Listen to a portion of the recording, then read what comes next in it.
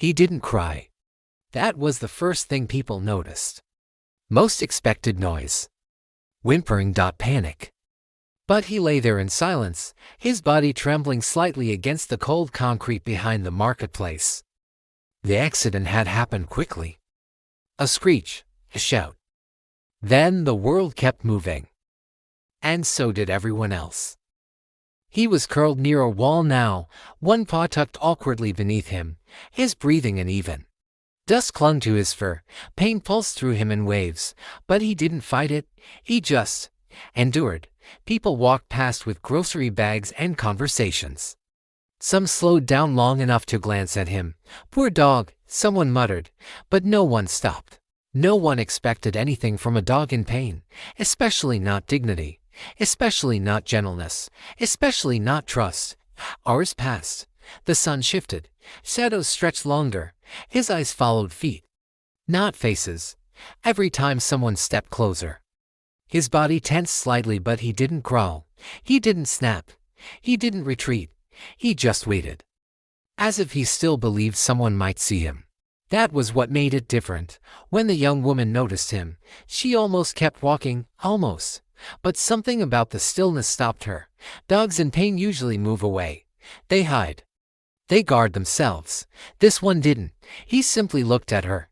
And in that look, there was no anger, only exhaustion. She crouched slowly, keeping distance.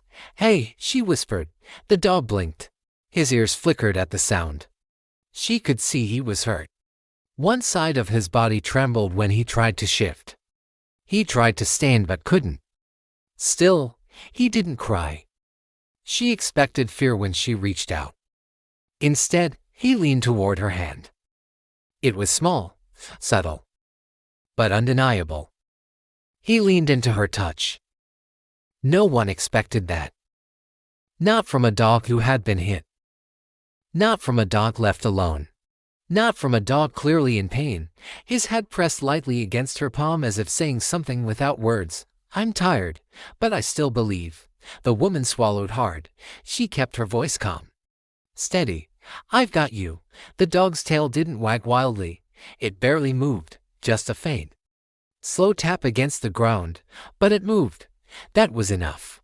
When she gently wrapped a scarf around him to lift him, he didn't resist. He didn't struggle. He let himself be carried even though trust must have felt risky. At the veterinary clinic, the staff prepared for aggression, for fear, for a dog overwhelmed by pain. Instead, he rested his head against the woman's arm. When the veterinarian examined him, he stayed still. When they cleaned his wounds, he looked at the woman the entire time, not for escape, for reassurance. No one expected this from a dog in pain. They expected defensiveness. They expected fear. They expected a broken spirit. What they saw instead was something stronger, connection. Over the next few days, recovery wasn't easy. He was weak. He winced when he shifted too quickly. Some nights he trembled in his sleep, but every morning, when the woman walked into the clinic, his eyes lit up, and his tail moved. Not because the pain was gone, but because he felt safe. The staff began calling him Braveheart, not because he fought but because he trusted.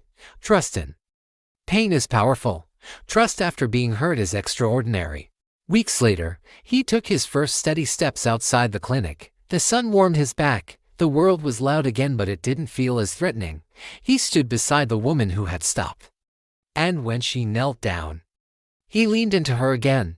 The same quiet gesture, the same unexpected response. No one expected this from a dog in pain. But sometimes the ones who are hurting the most don't show us in anger. They show us how strong the heart can be. And sometimes, the greatest act of courage isn't surviving. It's choosing to trust again.